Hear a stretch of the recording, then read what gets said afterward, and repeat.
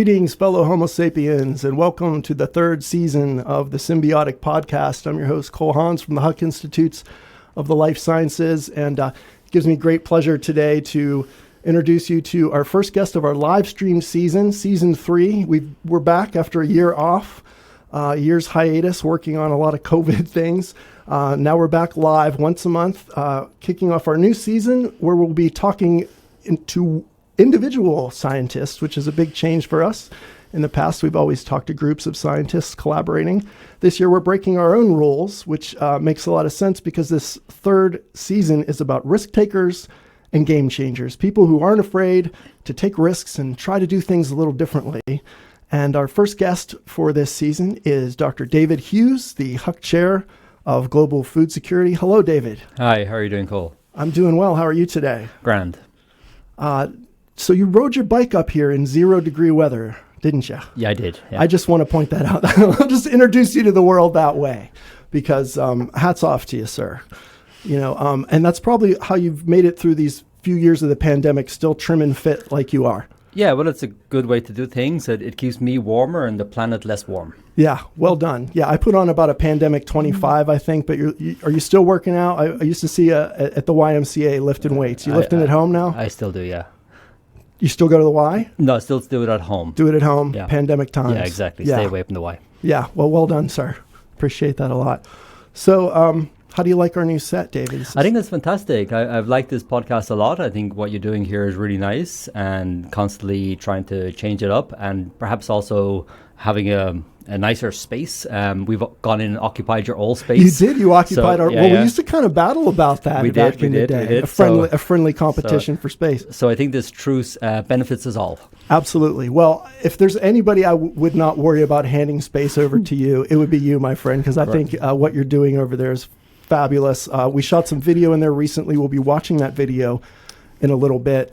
Let me just let the audience know that, we're 100% live here. So anything could happen. If there's any glitches or things, we apologize in advance. Hopefully we'll get it all out there smoothly. There's no editing involved. This is happening right here, right now, live. No net, right? But I do want to point out that there is a chat. It's going to be to the right of the video stream. You can just accept the terms there. You can chat in. You can use your real name or be anonymous, anything you want to do.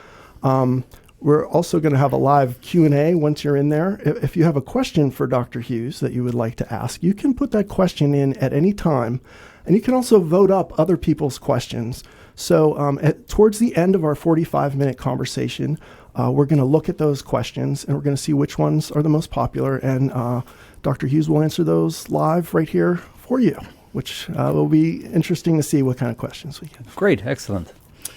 So with that said, David, this is all about risk-taking and game-changing. And, game-changing, you hear that a lot out there in the public sphere. People throw that term around a lot. But, what we're interested in at the Huck is, what does it really mean to change the game? And on the risk-taking side, what's an acceptable level of risk? What is a healthy kind of risk? What are the dangers of not taking risks? And then conversely, what are the dangers of taking, irresponsible, dangerous risks? And in science, these are huge topics. So just looking at you, first thing I wonder is, were you a risk taker as a kid? When you grew up, can you talk about your background a little bit? Do you consider yourself a risk taker? Yes, I'm the fifth of 6 children. Grew up in Dublin in the 1980s, poor household. Nobody in my family ever went past high school in 11th grade, 11 years old. I got kicked out of high school at the age of 15 for, constantly fighting with the teachers and the system. And ever since then, I mean, that's the perspective I'm coming at things from. We often talk in PlantVillage of who's not in the room. And the people in my community in Dublin in the 1980s were certainly not in the room. These were individuals who were excluded from the benefits that society brings, meaning jobs and education and so on. And so I've always railed against that. I mean, if we think of Dublin in the 80s or Africa today, there's just a large group of people who know how to game the system, know how to do better in the system, and they purposely or without purpose exclude others. So that's the perspective I'm coming at things at. I'm best described as an angry Irishman. I'm angry at the system, the historic system, the current system, and the future system. And I think we need to be more inclusive, not in a very easygoing woke language, which tends to try to bring people in, but in a purposeful language which has a bias to action. If you really mean what you say, bring people into the room. Yeah, you're reminding me of grandmother Agnes Baker Pilgrim. I used to be involved with the International Council of 13 Indigenous Grandmothers, and Grandma Aggie used to say, you can't just talk the talk, you got to walk the walk. And she talked about being a voice for the voiceless. So I absolutely hear what you're saying. I think it's very valid, and I think that's the kind of thing we need more of. And I think about you at 15 getting kicked out of high school. What were you fighting with people about in high school? Ireland's a very religious country, so we tend to be educated by priests and what are called brothers, or the Christian brothers. So I fought with them over religion. I'm an atheist, and so I questioned some of their doctrines and issues, and that should be good. You would imagine a school would be a place for questioning, as we would imagine a university would be. But consistently, we see that's not the case. So they kicked me out. Wow, they kicked you out of there. I was very annoying. Yeah, I can believe it. I mean, you do have a reputation, and I'm sure you're self-aware enough to know. Absolutely. Here at Penn State, how long have you been at Penn State, actually? I don't think I ever asked you that. I came in 2011. So I came to the United States in 2008. I had a fellowship at Harvard, and I just wanted to see the US and intended to go back. Fell in love with the country, myself, my wife, she's Italian, Alba, fell in love in the country in a few weeks. We had 2 kids in Boston. It was great. You know, she's Irish, I'm Irish, she's Italian. We hit quarter of the population. But of course, subsequently fell out of love with the country and back in love on various stages. But it is an extraordinary country to be in. So once I was in Boston, I came down to Pennsylvania to visit Penn State. Really had not understood the land grant system or been exposed to it. And was just blown away by its potential. It is an extraordinary system. Andrew Reid brought me down to give a talk with the idea of looking into joining the faculty here, which I did. It was excellent. It's a phenomenal place with extraordinary history and potential.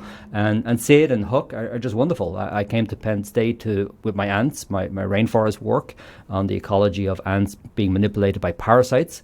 And in my job talk, I showed a picture of Old Main and the beautiful mural on the wall and said, I want to do something that's useful. And here we are. Terrific. Yeah, I remember Alba worked at the Huck for a little while. And, she and did. The two of you, it is kind of a fun, odd couple. She's so Italian and you're so Irish. And in Boston, I'm sure you're surrounded by some Irish. I don't know how much you get that in central PA here. It's a little more Germanic, I guess. Not many. Yeah, for we're sure. We're very international now. Yeah. You know, I came here in 1987 for school and never managed to leave. I'm one of those guys, like a lifer, Penn State like. So, but I've seen it get more and more international as each year goes by. Yeah. And certainly your team is incredibly international in the work that you're doing. So was this the place that you really were able to tap into an international community? Can you talk a little bit about that journey? Yeah, so I came here and I came up with this idea of PlantVillage, which is now what I work on. I no longer work on the ant system. And the Huck have supported that through their innovative system. The transformative science approach hits, which is great. They really made a big bet on me. And I've slowly grown it upwards. And we have benefited from the diverse students here. So right early on, 2013, 2014, we'd have students from Ethiopia or Bangladesh translating content for us. We've had over 230 undergraduate students in our lab since we've come here. Wow. And then, of course, the staff members and the postdocs are coming from a wide range of countries. But PlantVillage is not Penn State. PlantVillage is a global movement. There's over 120 people who are just what are called Dream Team members in 8 countries. In addition, there's lots of staff members to help us with the developing the engineering solutions, and they're spread across 4 or 5 countries at this stage. So really, it takes a village, as we say, and that village should be diverse. We often say that if you had a village and everybody was a blacksmith, it wouldn't be a good village. That's right. So we need lots of diversity. Absolutely. I mean, that's what this podcast is supposed to be about, is people with different skills coming together for a common purpose and helping one another to achieve something bigger. Maybe I'll back up a second and we'll talk about PlantVillage. You know, we did it in the marketing, and I think most of the people watching know that you're the founder of PlantVillage, hopefully. But we just came in kind of conversationally. Maybe we could back up a little bit, and I could ask you about, what were the origins of PlantVillage? Like, when did that idea first hit you? Was it a response to the HITS call? And that was the Huck Innovative and Transformational Seed Grant in 2012, I believe. Was it the call that got you thinking, or were you already kind of looking and envisioning something like that? It was in the rainforests of West Africa in Ghana in 2010 when I was traveling around the world with my colleague Harry Evans, who's an expert on fungi affecting plant diseases, but as a side thing, he looks at fungi affecting ants. So we had traveled over 110 days on 3 continents, going into rainforests and coming out of rainforests. Wow. And every time you come out of a rainforest in South America, Africa, or Asia, you walk into a farm decimated by diseases.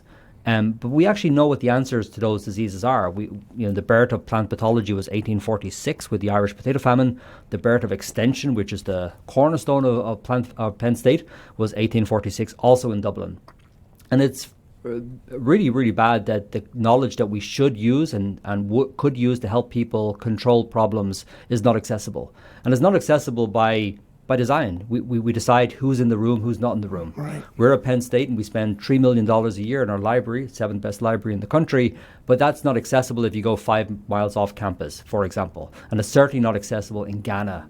And so in Ghana, I was looking at a publication on cocoa diseases, which I was looking at the time, and it might cost you $45 to buy a paper, journal article from the 1980s that was paid for by the taxpayer in the 1980s. And that is just absolutely immoral in my mind. And so if I look at the land-grant universities, as I said, I didn't know much about them, and I look at technology and Moore's law and computing, I put those two things together and saying we can have a land grant in a phone. Phones are going to get better and better and better. Yeah. And my colleague Harry Evans, a global expert, we could put Harry in a phone. This is the vision, not just Harry, but thousands of scientists like him. And that's what we're doing. We knew we could benefit from scalability in computing, better and better AI, and so on and so forth. So we began that journey in 2012. Wow, and so Harry was an entomologist? He's a plant pathologist working for the British government for 35, 40 years. Just a walking encyclopedia of knowledge. Wow. And unfortunately, we're not making people like him anymore because we don't value that. Despite our land grant heritage, what we do value are people bringing in NIH R01 grants with large amounts of overhead, publishing in Nature of Science and so on, and gaming the system for some arbitrary set of metrics that we've judged to be important for the tenure and promotion package. But we have a different approach, which is to solve the problems, in the case of Penn State, for the Commonwealth. Yeah. And if you buy into what we say in Old Main for the mission to solve the problems for the world, we're going to be a global land grant. If that's true, first principles, then live up to that mission and actually work for the problems which we can solve today. Right, to be that one community that is impacting many, as we say, around the world. Well, I salute you for having that vision. I'm also curious, as we look at the history of PlantVillage, did you have sort of a technical guru? Because it's so technical. And I'm going to say something different about the mic than I did before, because I think if I get you a little closer on the mic, we'll be able to hear you a little. Yep, there, sure. That's terrific. Grand. Sorry, it's our first go here. So did you have a sort of a technical guru on the AI side, or did you just see it? Did you just look at your phone and see, I know this could be in a phone? Was there somebody guiding you there? Yeah, so the real important person, well, initially I worked with Marcel Salaté, who was also a faculty member here. And Marcel and a chap called Mahanti, who was with him, we worked on a very old system called Café, which is a bit of a clunky system. And then we reached out to Google and if I'm good at anything, I'm good at mooching, meaning I find people. So I found Vint Cerf, and I found him through the Hook, actually, through Ava Jablonski here. And he, Vint Cerf is sort of grandfather of the internet. He invented some really critical parts of the internet structure.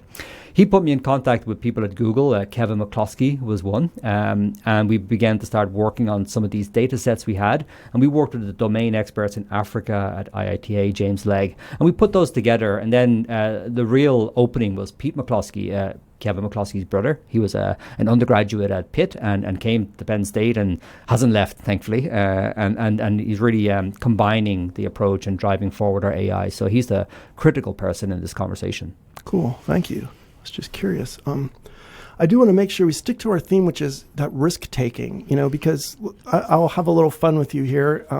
You're not unlike me. I think your reputation sometimes precedes you, and you can be maybe a thorn in the side of folks who want to do things in a very sort of traditional manner and stay in their lane. And, the marketing world that I'm in, it makes me think of the Apple commercial. Did you ever hear of the Apple commercial in 1984? Yeah.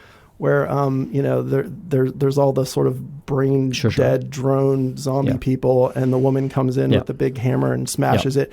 And when they went in front of their board, to do that for the Super Bowl, no one had seen it, and people were just losing it. Right, they were like ready to walk out the door, tearing their hair out, and having a real meltdown. But Steve Jobs was right. That was exactly the right message to give to the world. And I think that battle still goes on. Do you feel like we're starting to win a little more in terms of loosening things up and being creative and dynamic and breaking away from that sort of stale, static mind think? And how hard is it as an academic to do that? How risky is it? How risky has it been for you? It's extraordinarily risky because if you're pre-tenure and you come in to do one thing and then you start another thing, then you have a high chance of failure. And the system doesn't reward this. The system rewards the addition of small incremental steps in order to get the next grant, in order to get the next paper, and then to sign off on your dossier.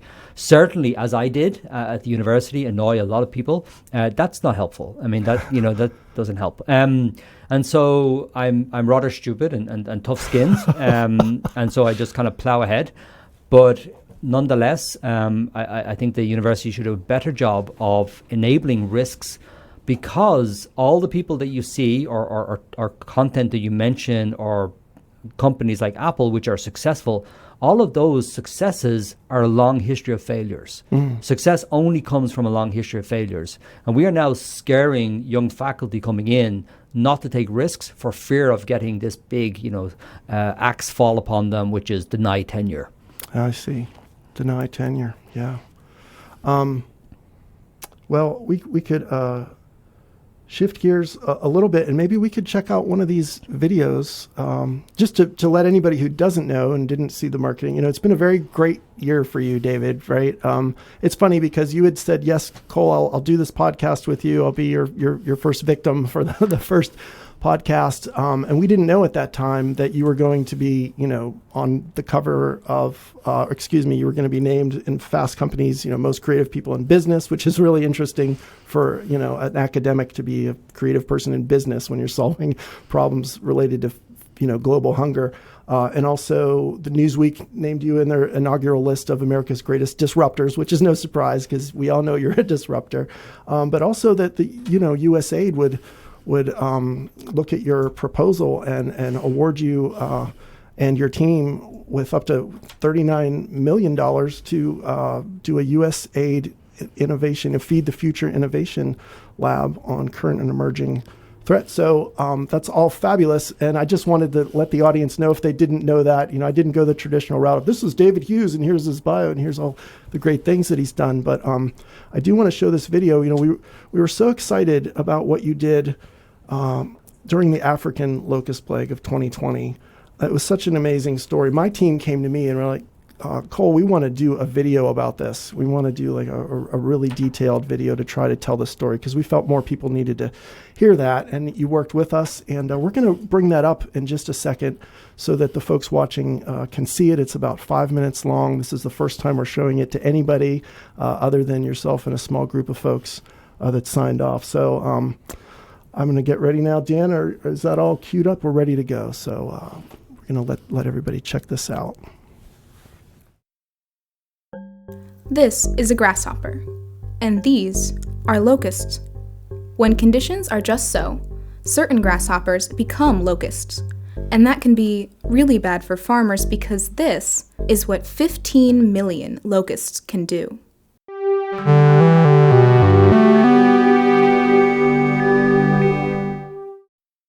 So when there's abundant rain in the desert, there's abundant vegetation, and this leads to an increase in the population. All these grasshoppers bump into each other, and they go through a dramatic change in their behavior and physiology to become swarming locusts. This is Penn State entomologist David Hughes, Huck Chair of Global Food Security and founder of the PlantVillage project. The mission of PlantVillage is not only to help farmers cope with the stresses of climate change, but actually thrive. And we do that through the combination of world-class data in a cloud system, AI working on phones, and a community of youth across Africa called the Dream Team.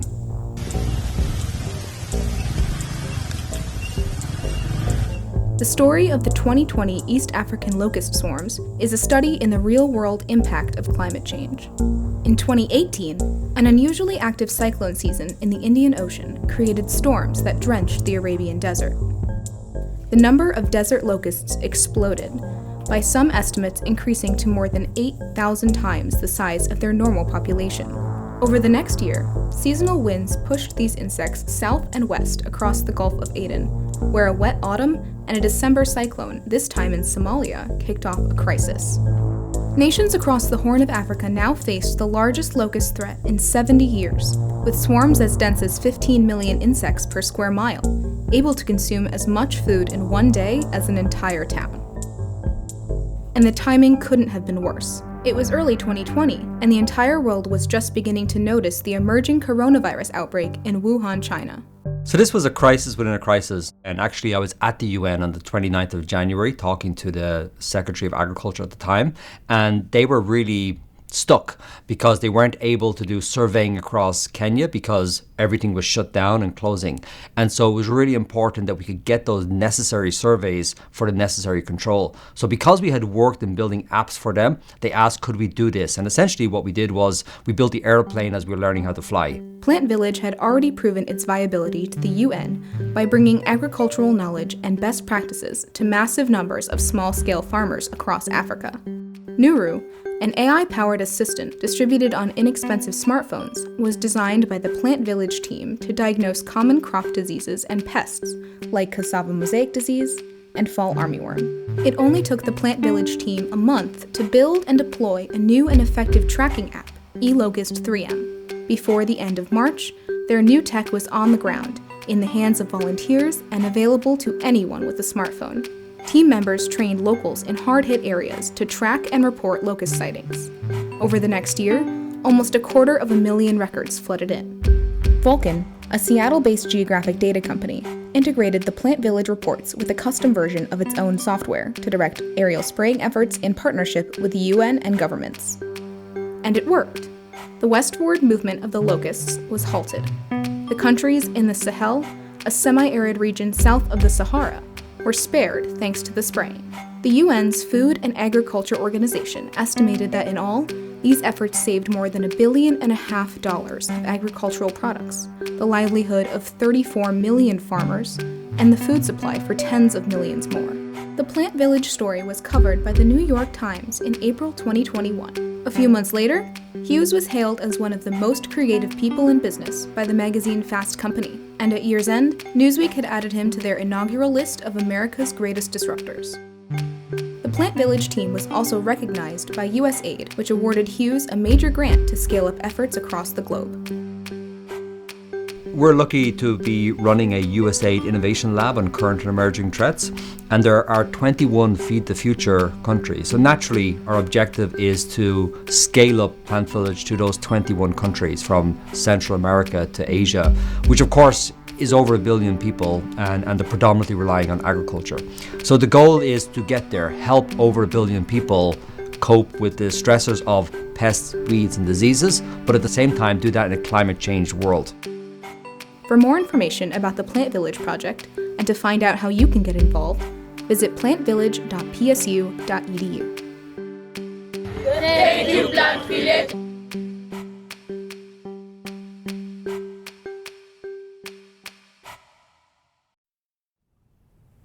We had so much fun making that video. honestly. I want to thank you for doing the work because, I'll be real. I haven't always felt great at Penn State. When the Sandusky thing was going on, good Lord, it really just destroyed me.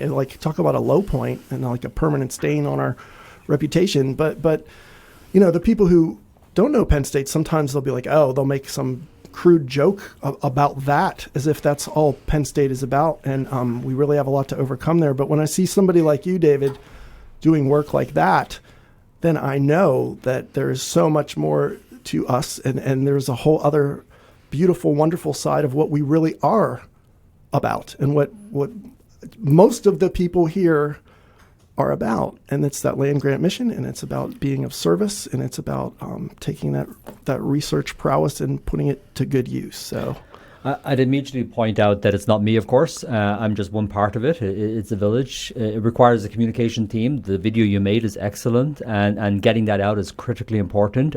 People who are not here but are critically important are people like Frank Doyle, who was the person who made that aeroplane while it was flying. Right. But then our UN partners, our country partners, our dream team, Melodin Jeptu, that was mentioned in that New York Times piece we talked about. Yeah, so there's a huge number of people involved in this. I'm just the mouthpiece. Well, thanks for, getting them all together, corralling that energy. Speaking of that, now I'm going to go back to when I was a Penn State student, because I'm an alum as well. And I had a professor back in the day. Her name was Dorothy Blair.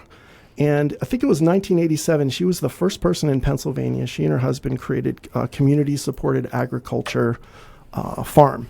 The first in PA. So she's very kind of innovator, a forward-thinking person. She was teaching in the Science, Technology, and Society program, which no longer exists, sadly. But it was kind of the earliest spot at Penn State when really people started thinking about sustainability and a lot of these issues that are so important now. And Dorothy taught me in a global food class. It was a class about global hunger, and I took that because I really wanted to learn more about it. And she taught us that a lot of times sort of the rich white Western world will go into another country thinking they have all the answers. And it's almost like a paternal kind of very negative thing, and it can go really wrong. And maybe they create more problems than they solve. But I don't get the sense that you're about that and you're doing that. And I'd like to hear you talk about that a little. How do you avoid that cliche kind of approach?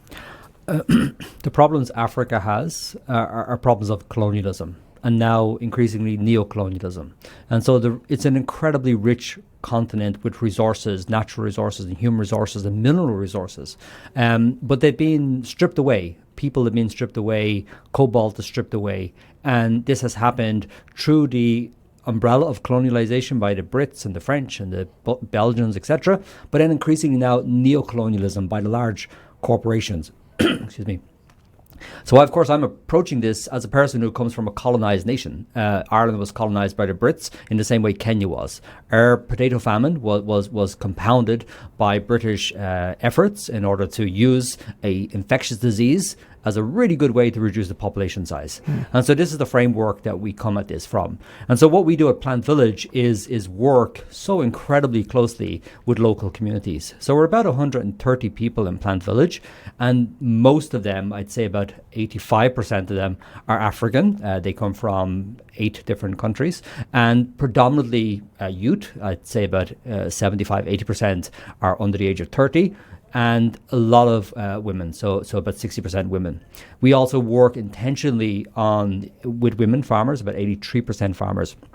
And I think this really brought home to me last week when Annalise Keys, who's our Director of Operations and really runs all of this excellent work through the Dream Team, as they're called, she said, is there a law against what we're doing? It's not what we do, but is there a law against it? Because it seems so obvious to us that if you're going to work in northern Kenya, you'd work with Turkana, Samburu, and Rendille tribes. That just seems so obvious.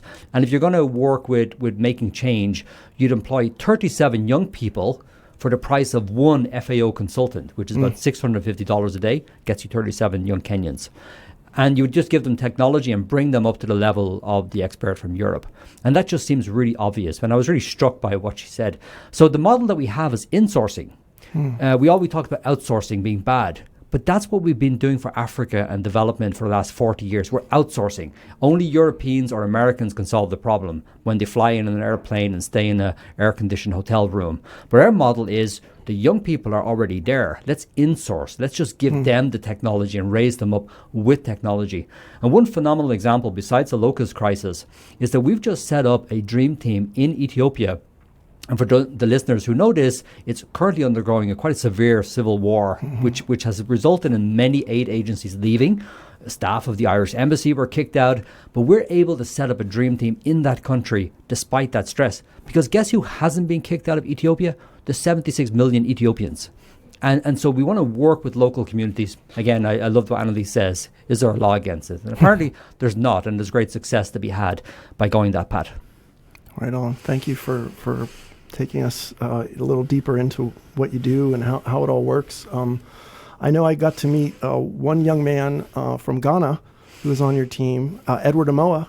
And again, we had an amazing time making a video about what he's doing because he and his team managed to win a Student X Prize this year. Now, we haven't been able to really release that to Penn State, but I talked to corporate today and I got permission to share a little of his story because we're still working through the contract. And we could have a whole other podcast about money and the strings that are attached to money and how that works. I mean, go read the book Dark Money by Jane Mayer. Go read the book Dark Money by Jane Mayer, everybody. Because sometimes something is called philanthropy and it's not. But not to say that that's the case with the X Prize, but it's always complicated, right? Yeah. Big money is also really complicated almost all the time. But what is less complicated and more exciting and inspirational is what Edward has been doing with the PlantVillage team. And we're going to show a 2-minute video just to celebrate his winning, or his team and the whole collective, as you say. It's a lot of people working together. And the vision. Can you talk a little bit about the vision of what they're doing to cue this up of what we're going to show? So in Africa, we have a huge problem of climate change, and it's very unjust because Africa has contributed about 2% to global warming, but they're overwhelmingly paying the costs. And one of the approaches we can take is agroforestry, where you plant trees on the borders of the farms, and then you turn those trees through a technique called pyrolysis, where you burn the wood at high temperatures and low oxygen, and it forms biochar. And if you put that biochar into the ground, it's very, very useful in combating drought and helping the soil and regenerative agriculture. So we want to take this approach of growing lots of trees, storing biochar. It just so happens that part which is called climate change adaptation is also, as a side effect, climate change mitigation. So our vision is to have 200 million farmers raise themselves out of poverty in Africa in a single generation, pulling down 1 billion tons of carbon per year. So even though they didn't create the problem, Africa will help us solve the problem and also end this never-ending cycle of philanthropy and charity and donations and allow them to be profitable. Yeah, I love the vision. It's amazing. So Dan, he's giving me the thumbs up that we're ready for our audience to take a look. Check this out, people. My name is Edward Amoa, and I am doing ecology here at Penn State. I got involved in PlantVillage as an undergrad researcher in 2019. We've been working with smallholder farmers in Africa from Kenya to Burkina Faso. So we have developed a technology that we are using to track and monitor pests in farms, and we want to be able to adopt that same technology to help monitor and track tree growth with our farmers. The X Prize pitch is remarkably simple. Philanthropy is not going to solve the problems that face hundreds of millions of people facing the climate crisis. We believe at PlantVillage that the markets will be able to help, particularly the carbon markets. And so we're developing this system whereby we can plant and track trees at scale, not only to enable climate change adaptation at the farm level, but provide an alternative source of revenue for these farmers. So we can help farmers in Africa be able to move out of poverty while also pulling down carbon at scale. Quite honestly, this is a win-win for the global community. And I am an African. I grew up in Ghana. I grew up humble financially. And so I have seen some of these challenges that I hope to be able to address with the work that I'm doing with PlantVillage and with Penn State. We need young people to be solving the climate crisis, and Edward is one of many on our team, the dream team we have, the larger group at PlantVillage, who are solving these problems every day. I'm really excited about this X Prize award because we get to show the world what we are doing and the way forward to being able to address climate change and food security together. This issue is not an issue for only ecologists, but it's an issue for everyone. And it's an issue that we all have to come together and address. And I am grateful that PlantVillage at Penn State and Penn State as a whole provides that environment to help us be able to achieve that goal.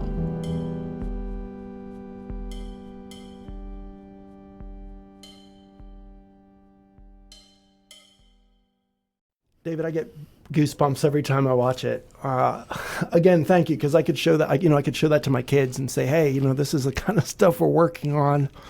I'm almost choking up. I mean, what you're doing there with folks like Edward, it's so inspiring. It's so meaningful. And the issue is not that I'm doing it. I mean, Right. I hate to harp on this as if I'm trying to say something immodestly, but it's not. It's fundamentally the case that when you let different people into the room, amazing things happen. I mean, this story of Edward is one repeated daily across PlantVillage and our huge team. It just bring different people into the room who are not there, and then enable them through education and technology, and then the results are just extraordinary. Absolutely. Yeah, it's fabulous. Well, we're not going to have too much. We have officially maybe 8 more minutes with you. We started a few minutes late, so I'm going to look at these questions while we still can. Let's see. Recent popular. What's the most popular question? This is my first time going at this. This one had 3 likes. How did you switch from working on zombie ants to taking on global hunger? People want to know. With great difficulty. It was extraordinarily hard to switch, and especially I remember quite clearly the day I stopped, which was with Colleen, my last postdoc, working on extremely interesting stuff. Yeah. And I think we were on Zoom. It was COVID, and I was very upset. I cried with her, and I had to stop. So in that transition, it was very difficult. I mean, this is my life's work. Yeah. For people who don't know, David made quite a name for himself working with zombie ant fungus. We made an art exhibit about it, and I helped Daryl Branford, make a thing for kids, and it's amazingly cool, sci-fi fun, and it got a lot of media attention. And that, you were known as Zombie Ant Guy. What was your Twitter handle? Was Zombie Ant Guy? I grew up in a very chaotic place, and Sunday evenings watching David Attenborough take me through rainforests around the world was such a precious time for me. And I had the great fortune, after I got back into the educational system, to get to places where I could spend my life describing species of fungi with João Araújo, one of our former students, and now at the New York Botanical Gardens. It was wonderful. I wanted to do that. I still want to do that. But unfortunately, the world has problems. And I know I can take the great force of Penn State and I can apply that with the great force of technology to solve those problems. I know I can do that. I mean, I am a tenured professor at a university. I can't be fired. It's wonderful. I have freedom. Say it as it is. No, yeah. it's if true. I could just be a tenured marketing director. David, just recognize the privilege that you have, and with this technology that's surrounding you to make videos to change the world, and then involve other people. So how did I transition? I transitioned with it was a hard transition, but I did it. Yeah, well, kudos to you. If we could clone you, then you could still go chase the fungi. João is doing a great job. He's doing that, yeah. So you get to do it through him a little bit. That's great, vicariously. Here's another one, number 2 question. Hello, Dr. Hughes. What is the most rewarding part of your work? It's the cloning. The cloning. So in 2019, we got money from Eric Schmidt and Wendy Schmidt, which really helped us do all that Locust work. It was transformative. And that's why gifts are important. I know you're going to talk about gifts later on. And then as part of that, I got Annalise Keys, who was just one of our undergraduates, and she became the director of operations, and just phenomenal. And very specifically phenomenal for organizing the large team through what's called our objectives and key results. And what's wonderful is now Annalise is being cloned as Winnie Onyango in Kenya. That's what you mean. And Winnie is now, Annalise is not needed. We have this rule that, what are the 3 things you're needed for today that other people can't do? Because if you're not working on those, you should be, and you shouldn't be in a room if somebody else can do it. So empowering other people to do it. James Mugo, another team member who's just launched a dream team in Uganda, John Mayeka doing agroforestry, Melody and Jeptu working in northern Kenya, so on and so forth. I could just go through a list of names. And they're just cloning. It's just absolutely amazing. And I talked to Annalise about this the other day. How you might have an idea and that idea comes back to you after they do it, but just phenomenal. It's just wonderful. I want to see your playbook, David. I need to clone myself because I'm running myself ragged, and you do too. But yeah, the cloning. Yeah, I've been thinking about that myself. Like, how do I get others to maybe be able to do some of these things? That's brilliant. We only have about 5 minutes left officially, so I'll ask one more question, and then I do want to make sure that we cover the donation side, and you could talk about Eric Schmidt, you mentioned a second ago, and the and someone at Google is... We have a matching fund. That's that matching fund. Yeah. I'll ask one more question, then we'll put something up on the screen for folks. Let's see. There's 2 that have tied. You can answer either one. How do you decide what countries to work in, or what do you look for in students or researchers you partner with? So for the second question, we look for a biased action. It's fine to talk about these things all day long, but that's why we're in the current problem. So we want people who have a biased action, and we're very good at finding that. And biased action, meaning? Meaning they want to get working on a problem. So if they're domain experts, if they're students, whatever the issue in front of them, what are they actually doing on a daily basis to change that? And if we give them a task, will they do it and come back? So they're just active rather than talking about it. And that's very much related to the first question, which is which countries.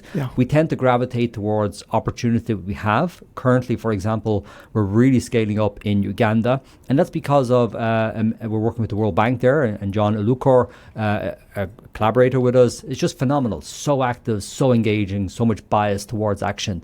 And that's obviously where we're going to go more than a country where we don't have that strong partnership. So that's how we would go with those 2 questions. Yeah, so you follow where the energy is, where others have the passion and the energy. That makes a lot of sense because there's only so many minutes and hours in a day. Yeah. So you want to use them wisely. And thank you for not taking any texts from the UN or the USAID while we're on this, because usually I know they're always at you like constantly. Speaking of time. So as we just kind of wrap it up, I do want to make sure we put up on the screen, if you could put that URL up on the screen for people. It's plantvillage.psu.edu/donate. If anybody watching this wants to go there, there's actually a matching program going on. And explain for people, if you're getting up to $39 million from USAID, why do you need more money?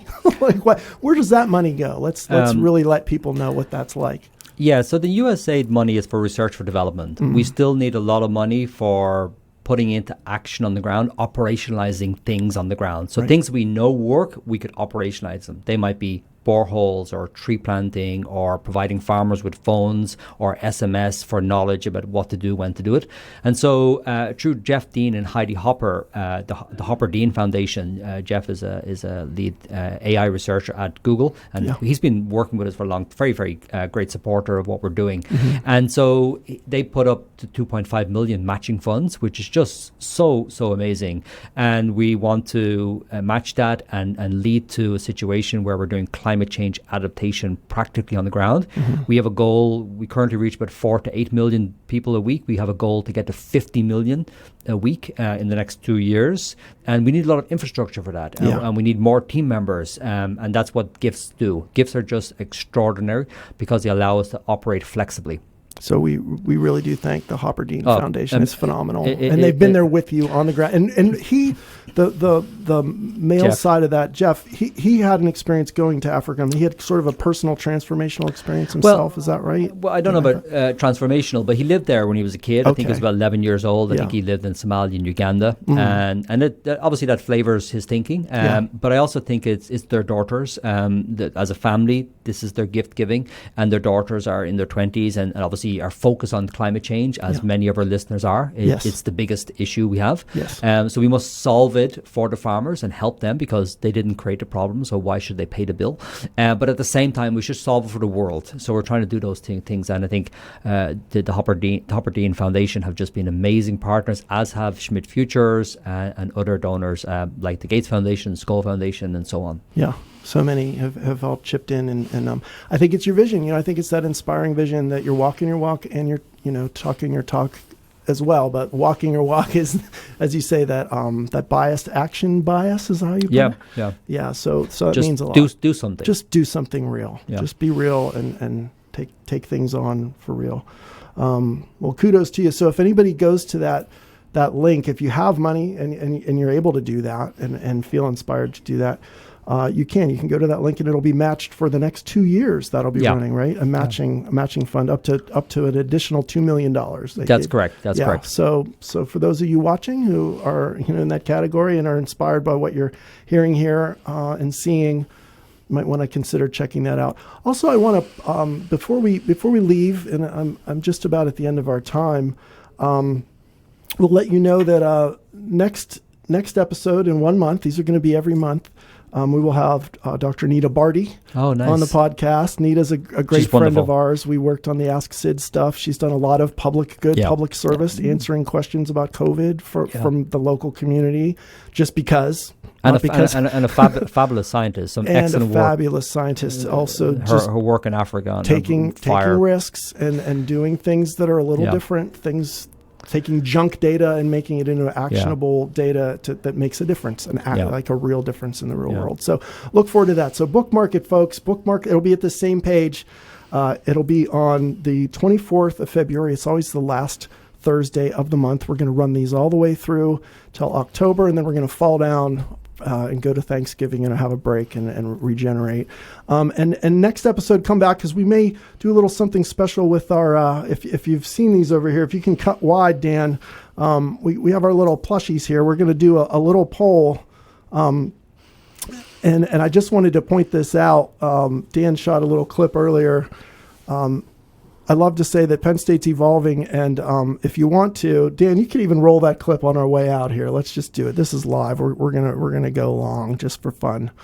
So you let me know when that's rolling. And okay, it's rolling. So today the beautiful thing is, you're not just stuck with the Nittany lion. If you don't feel it, if you don't feel Nittany lionish, you could get a llama. You could get a gnome. You could get a little baby bear. You can get a unicorn. And I asked David earlier, and he's with me. His favorite is the unicorn. If you're still here and you want to vote for your favorite alternative plushie, the llama, the gnome, the bear, or the unicorn, this is your chance. Just go in the chat. And we're going to collect data all year, and then we're going to see if the different audiences for the different scientists like the different plushies. And then we'll get back to you at the end of the year, David, and we'll see how many people are with you with the unicorn, and who's with some of these others. We got a lot of gnome lovers too. But anyway, all that silliness aside, thank you so much, David. It's just been brilliant talking to you. And just, I don't even have to tell you good luck and do your thing, because you're always doing it. You're like the Energizer Bunny, just going. So just keep on going. We're all going to be watching. And thanks again for taking time out of your busy schedule to talk with us today. Thank you. And thanks to the team for inviting me. It was a pleasure.